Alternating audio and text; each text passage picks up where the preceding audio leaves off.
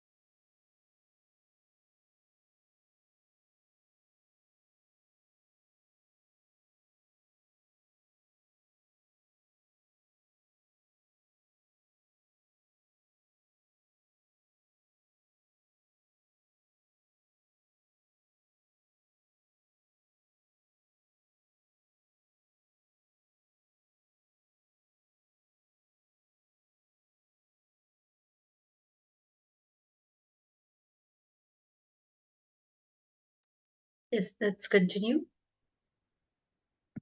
Let us continue. So if you have finished penning down, how many times in the day you confuse your intensity with interest? Now you will have the clarity not to get confused.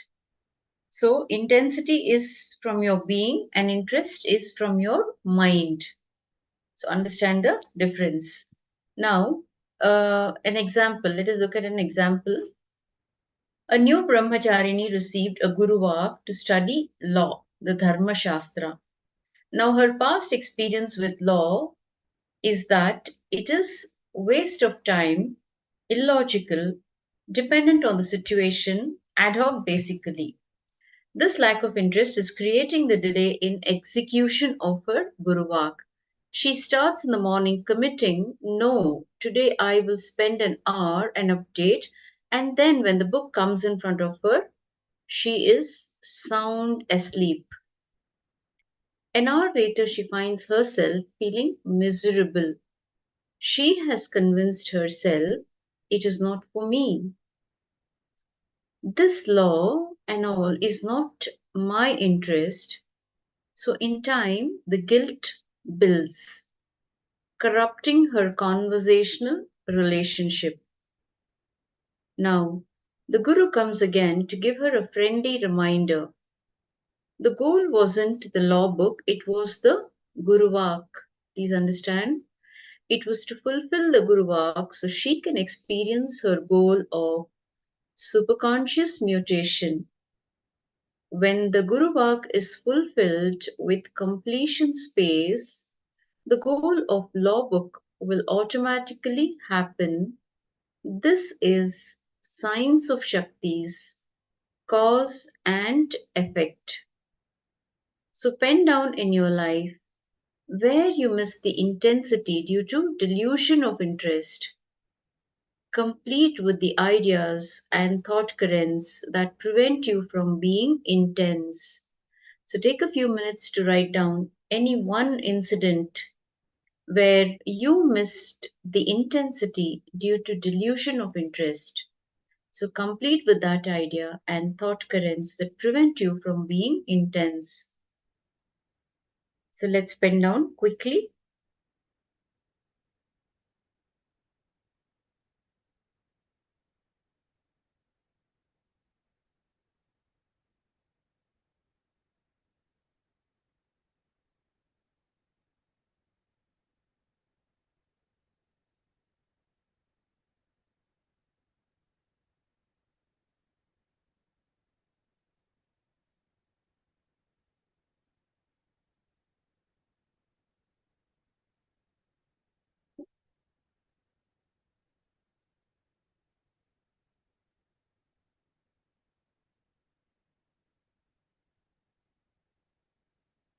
So Sri Nityalingodbhavanaya Atmajyotikananda Kim Li Ma Anamika Bhargava. So let us all do the exercise intensely. Whatever we are asked to do in the session, when we do it, only then we have clarity. So quickly pen down wherever you missed intensity due to delusion of interest. Let's start completing with all the ideas and thought currents that prevents us from becoming intense. So it is that intensity which is going to help you reach the goal and not your interest, because interest is happening from your mind, but the intensity is from the being.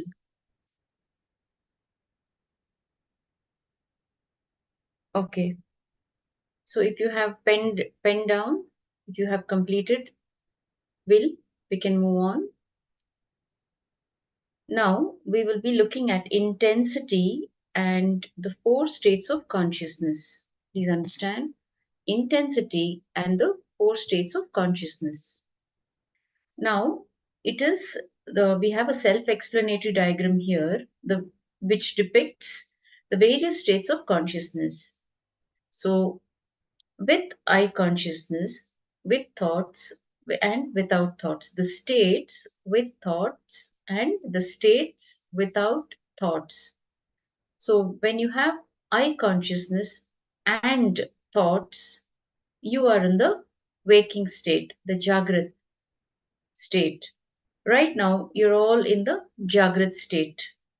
You are all in the waking state and you are all also having thoughts, isn't it? In this state, the I frequency has more frequency. In this state, I has more frequency than your thoughts. So, you can control your thoughts. The I in the wakeful state with I consciousness, the I has more frequency than your thoughts, so you can control your thoughts. When you are without I consciousness but having thoughts, understand you are in the dream state. Without I consciousness but having thoughts, you are in the dream state. In the dream state, your thoughts are at a higher frequency than your I consciousness. That is why you have thoughts in your dreams, but you are not able to control them. When you are without I consciousness and not having any thoughts, then you are in the deep sleep state. When you are without I consciousness and not having any thoughts, you are in the deep sleep state. Normally, we are aware of only these three states of waking, dream, and deep sleep. The fourth state is where you have I consciousness but no thoughts, or turiya. It is called the turiya state, where you have the I consciousness but you do not have thoughts, and that is the state most of us would want to be in, isn't it? So, intense seeking is having awareness in these three states. Intensity means being intense every moment in whatever you do. First, you need to be aware of yourself in all the states. Only then can you be intense throughout. Now, you experience who you are with awareness only during the waking state. You feel, I am a doctor, I am a lawyer, I am an engineer, and so on. Only if we are aware of the identities that we carry and enjoy in all the three states, we have caught the thread, the center line of all the three states of waking, dream, and deep sleep. When we catch the thread of all these three states, suddenly we realize our identity in all the three states. So the question here is, one of the frequently asked question, I don't think that I'm in deep sleep state. I am aware. Then who's the person who comes back and says, it was deep peace during my deep sleep? Who is the person who is reminiscing about it, saying it was filled with darkness? It was as if I was not there at all. Who is coming back and remembering even this idea, I was not there at all? If the person is not there in that state, then who is coming back to connect all the three states? So the answer is no. We cannot say we were not there in the deep sleep state. We were there, but we were not aware of the identity that we had in that state. So having intensity in the state of sleep. Have you ever tried the simple experiment? Suppose you want to get up early in the morning at say 4 a.m. and suppose you don't have an alarm clock. So while going to bed, At night, you simply make a deep and intense will. I am going to wake up at 4 a.m. At 4 a.m., you will find that you are awake. Your eyes are wide open and sleep has just disappeared. Your body clock responds directly to the intensity and the sincerity of the desire. If you are not sincere and deep down you think, I will try this as an experiment. It is okay if I don't get up also, but it will not happen. Only when you are sincere and intense, it will simply happen. So there is no cheating. You cannot cheat and get away. So to have intensity, you need to drop your cheating yourself. Now, intensity has the power to penetrate your states of unconsciousness, including deep sleep. So remember this to get back to intensity. Let us again understand through the help of a small story. A small boy went to watch a movie with his parents. He was watching a kids' movie about a lion cub and other animals in a jungle and was thoroughly enjoying it. And there was a scene in which the lion cub was trapped by some hunter and was terrified. Now, the little boy was not able to bear the scene, so he just jumped from his seat and ran down the hall, closer to the movie screen. He started throwing his hands and legs at the hunter in the movie, which was about to cage the lion cub. The movie continued, and soon all the other animals in the jungle joined together and drove away the hunter and rescued the cub.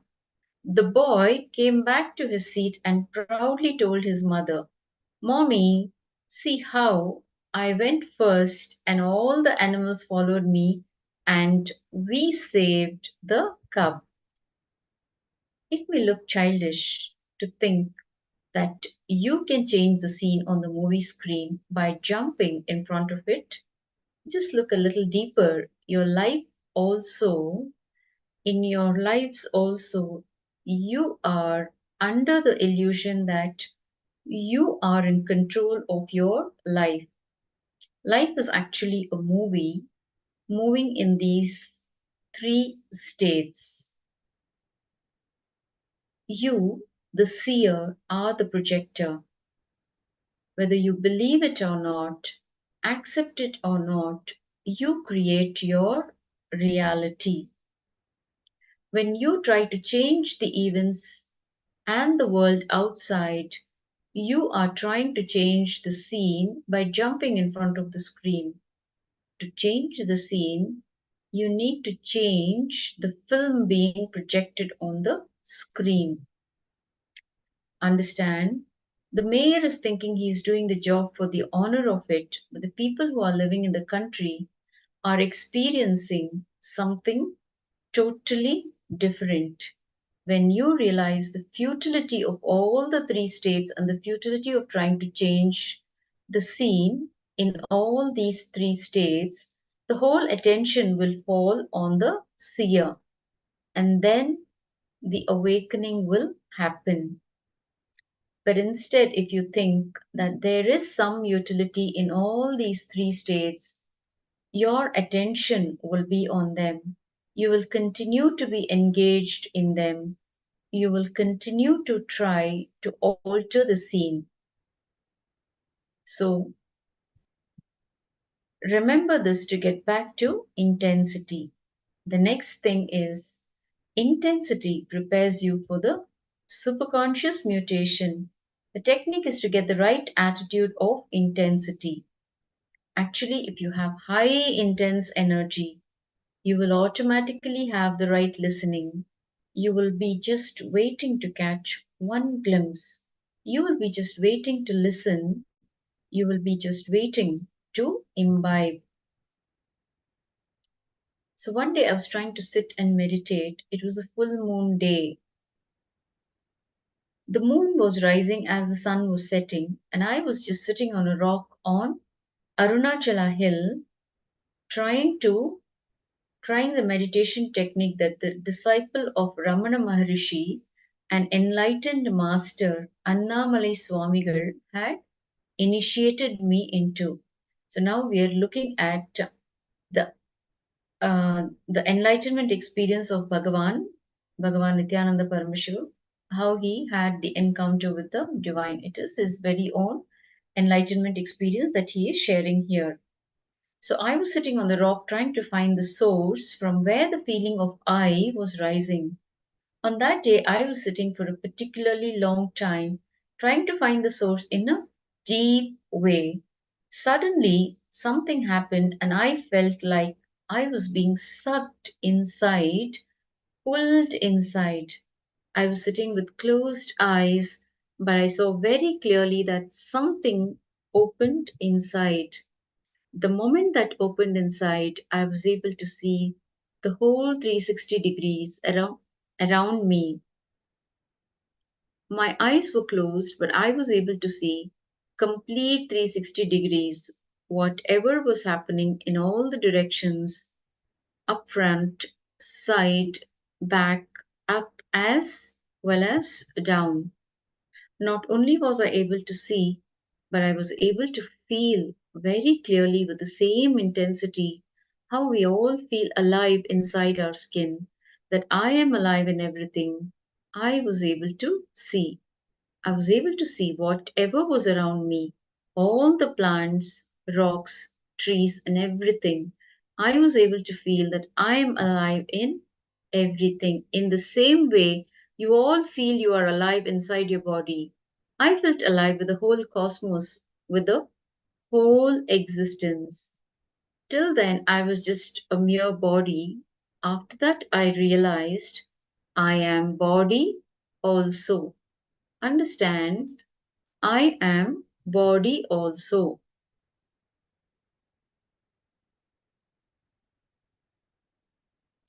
It was a very deep experience. If it was just a word or imagination, it wouldn't have that much impact on your inner space. It was an intense, conscious experience. There is a beautiful example of the power of intensity in the life of the enlightened master Ramana Maharishi. When he was 16, spontaneously this happened to him. He was in Madurai, in his native place called Tiruchuli, which is in the southern Indian state of Tamil Nadu. Suddenly one day he started feeling that he was going to die. The great death fear arose in him. Ramana Maharishi used that door to take a quantum jump into deathlessness. He just lay down on the floor and did not move his body and allowed death to happen. After the enlightenment, he says beautifully about this experience. Suddenly, for no reason, I felt the deep fear that I am going to die. I was not sick. I was not having any mental problem. Physically, mentally, I was healthy. Suddenly, the thought came, I am going to die. I just cooperated with that fear. I did not try to jump. I did not try to run away. And I did not bother about anything else. I did not feel like doing anything else. I just sat and allowed the feeling. I just sat and allowed death to happen to my being. I lay down and I decided, let me see what happens. What can be done? I just accepted and I consciously started moving into that fear. The fear started working on me. I could see that I am dead. My body is not moving. Nothing is happening in me. I could see very clearly that I am out of the body. Suddenly, like a flash, the intelligence or the truth descended on me that my body is dead, but I am alive. I am not dead. My body is dead, but I could see, I could feel that I still exist. It means I am something beyond the body. That single experience of the truth shook me completely And I realized I'm not just the body and that I'm something beyond the body. After that, I never faced death, fear, or any other fear. Once and for all, the fear had disappeared from my being. The moment I understood that even after my body dying, there is something in me that is not dying. Why should I bother about my body's death? Why should I bother about the death of my body? Because even if it dies, I'm going to continue. I'm going to exist. I am alive, which means I'm something more than what I think. I am something more than this body. And this realization has never left me. I have never moved away from this realization after that one experience.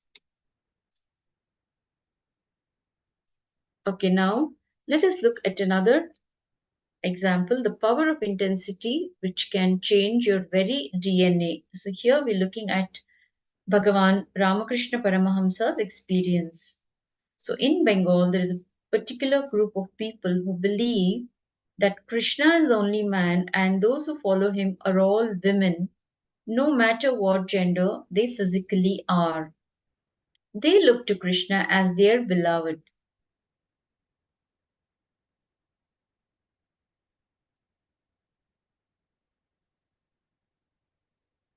They look to Krishna as their beloved. They feel so intensely about this relation that even men dress like women. So I hope you're all following. Ma Kimli, Ma Anamika Bhargava, Atma Jyotikananda. I hope you're all following.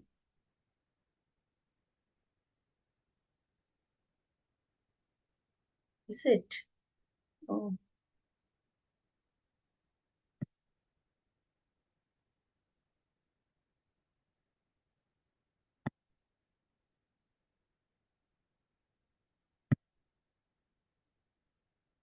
So are you able to see the slide now? Ma Jessica Martin.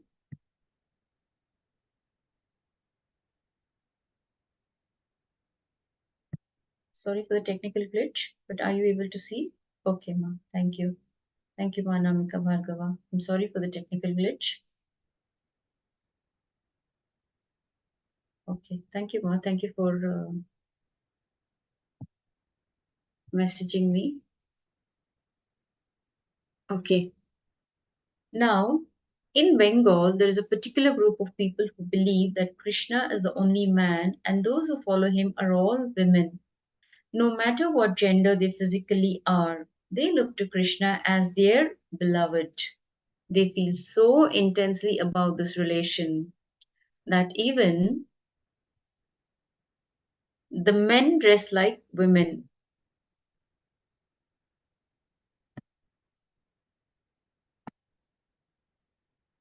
The enlightened mystic from Bengal, Ramakrishna Paramahamsa, followed this path also for 6 months.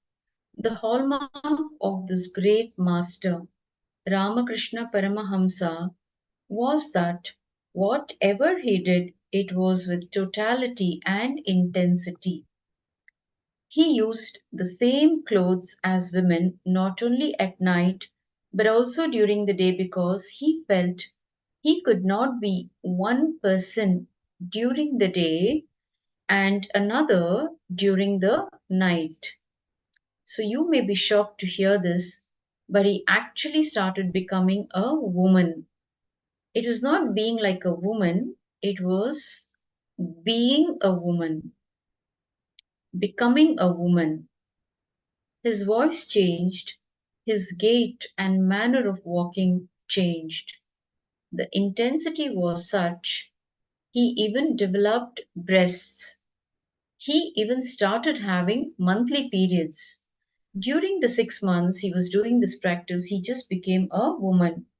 And it took almost 6 months after he stopped for the change to reverse and for him to become a man again. So you can see the power of intensity that can change your very DNA. So the power of your intensity is such that it can change your body, your very DNA. Now somebody goes to Ramakrishna and says this, Narendra, that is Swami Vivekananda, is eating non-vegetarian. Ramakrishna replies, even if he eats beef, the beef will get converted because it is such a power.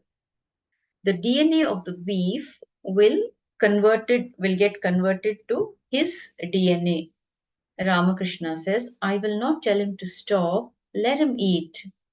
The power Vivekananda manifested in the shortest period from the year 1902 when he left the body to July 4th, 1902.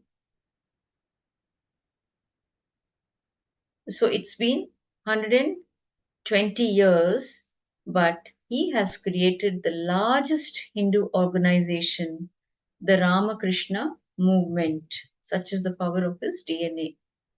And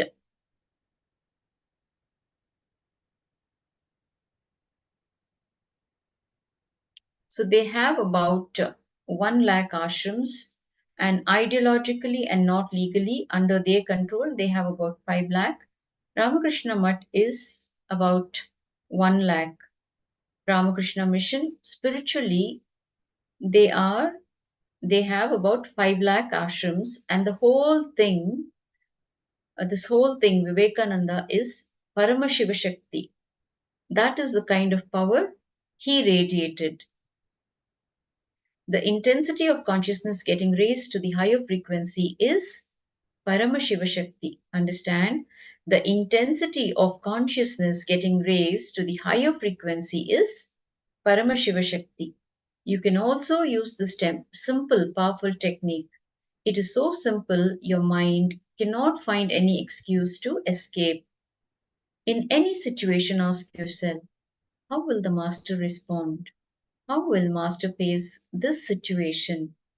And you can do the same. You will see that a new door opens. And this is what I call living enlightenment. You don't need anything else. This one thing is enough. Even if you're sitting, if your thoughts come up, ask your mind, if master is sitting, what will be coming up? Naturally, silence. Then why are you thinking? It's all about being silent. That's it. Nothing else. If your mind says, no, I know it is true. I know this, but it is too much. Then think, if master's mind says this, how will he behave? He would have finished the mind that moment. And that's about it. So be very clear. You can try this technique. Anything comes in your mind, ask, how will my master behave? And do the same. So don't bother about any difficulty. At the most, what difficulty can come? Death, isn't it? Just remember, how will the master die? He will leave the body beautifully. Let me do the same thing. That's it. Just remember, how will he live? How will he leave? And do the same thing. Actually, this feeling connected is what gave me the truth and made me alive, intense and energetic. Carry this one message with you. How will master behave? Any problem can be solved with just this one technique. Anything in the internal world can be solved. The intensity of your relationship with Paramashiva will have love. It will have even little fear. It will have some kind of a devotion, begging, prayer, greed, fear, almost all emotions mixed together. Use the strength of your relationship with Paramashiva for empowering your sankalpa. This is what is called Mama Sankalpam, Shiva Sankalpamastu, making my sankalpa into Shiva Sankalpa.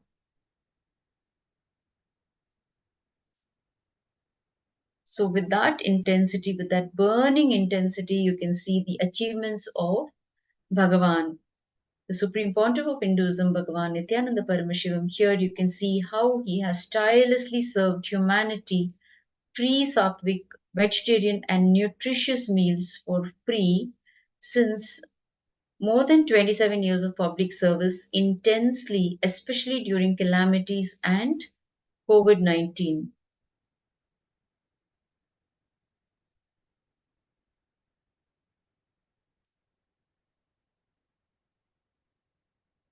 So, the Supreme Pontiff of Hinduism has enriched humanity and led them to enlightenment with thousands of initiatives year after year, such as the Kumbh Mela, Padayatras, healers' initiatives, etc.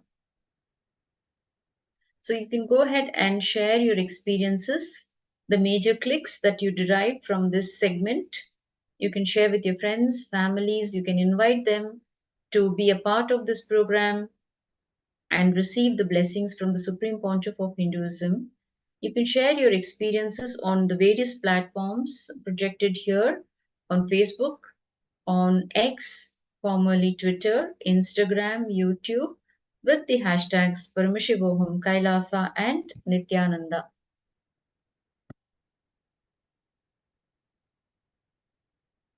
Yes, so hope you're all clear on intensity, how to be intense, and what intensity can do to you and your being. So, how by just being intense, the masters are able to achieve whatever they want to achieve, that is not for themselves, to protect the humanity, to protect the welfare of the society. They are intense.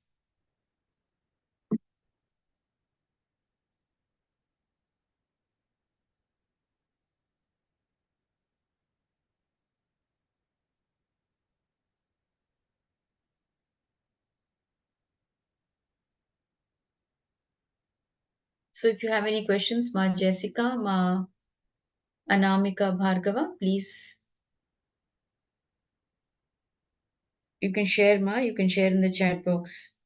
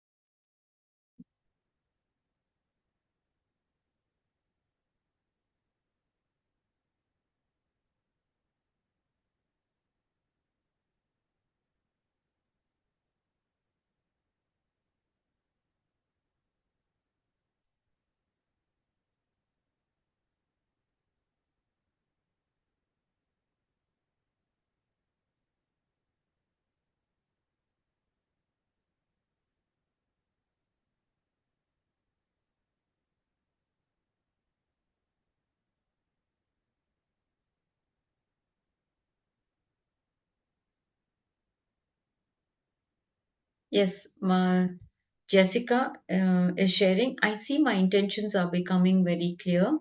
The intentions I had before are not real, and my new intentions make me alive and on fire with focus. Awesome, Ma. Yes, so being intense every moment of the day becoming intense.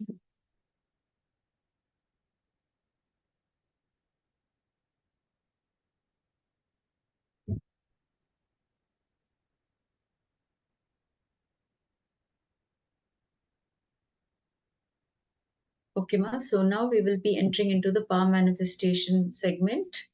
So let us manifest the power of consciousness over matter with the understanding that we have derived from this segment. Let us now become intense and declare that we will manifest powers. Let us manifest powers intensely. With the same intensity, let us start manifesting the powers of Paramashiva.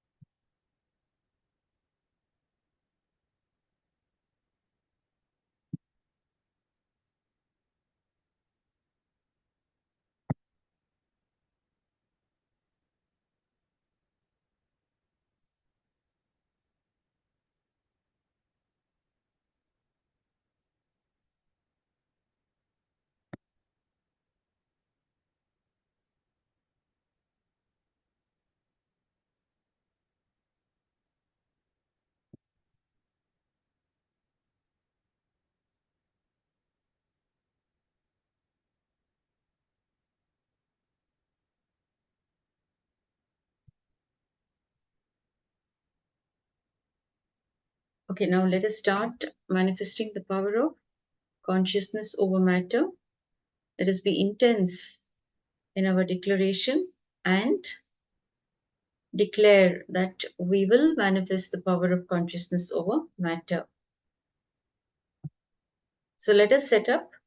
Please have a copy of the Living Enlightenment book with you. Open up any random page and receive your powerful cognition. So open the Living Enlightenment book and receive the powerful cognition from the book. And when you manifest powers with these powerful cognitions, the powerful cognition becomes a part of you, it becomes your reality. The next thing you need to have is a fruit or a coconut. Okay, you need a fruit, either a coconut or a fruit. If not, you can have a water bottle, and you can also set up your cameras, your timestamp. You can record the whole power manifestation using timestamp.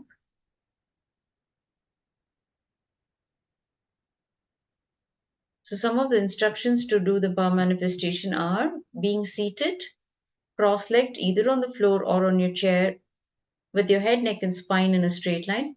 Visualize Paramashiva has come down as Bhagavan Nithyananda Paramashivam from Kailasa. Remember Paramashiva in your third eye. Sit with this powerful cognition and meditate on it. Think intensely. You are Nithyananda Paramashiva. Anything else you think as your identity is delusion, drop it. You are Nithyananda Paramashiva. So absolute unclutching to experience the state of Paramashiva, complete completion to experience the space of Paramashiva, and oneness to experience as powers of Paramashiva, intensely vibrating in our japa japa. Om Nithyananda Paramashivoham. Have a deep feeling connection with Bhagavan to experience the being of Paramashiva. So let us now manifest the power of consciousness over matter. So, what happens when you manifest this power of consciousness over matter?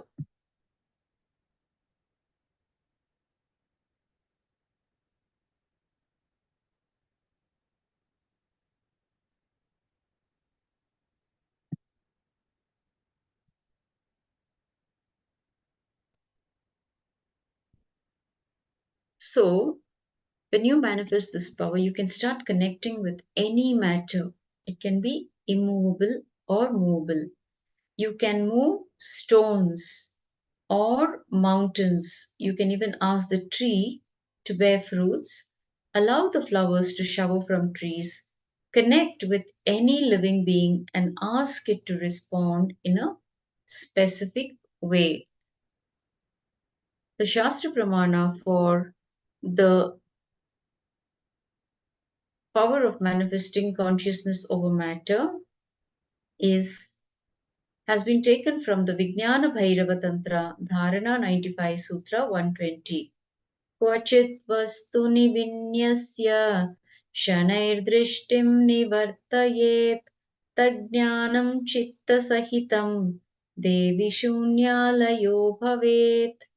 Bhagavan Paramashiva says, having fixed one's eyes on a particular object, Vastu, one should slowly withdraw the sight from that object as well as slowly eliminate the knowledge of that object along with the thought and impressions of it. Then, O Devi, one abides in Shunya, the state where there is nothing other than this exists, which is the state of all inclusiveness or infinity.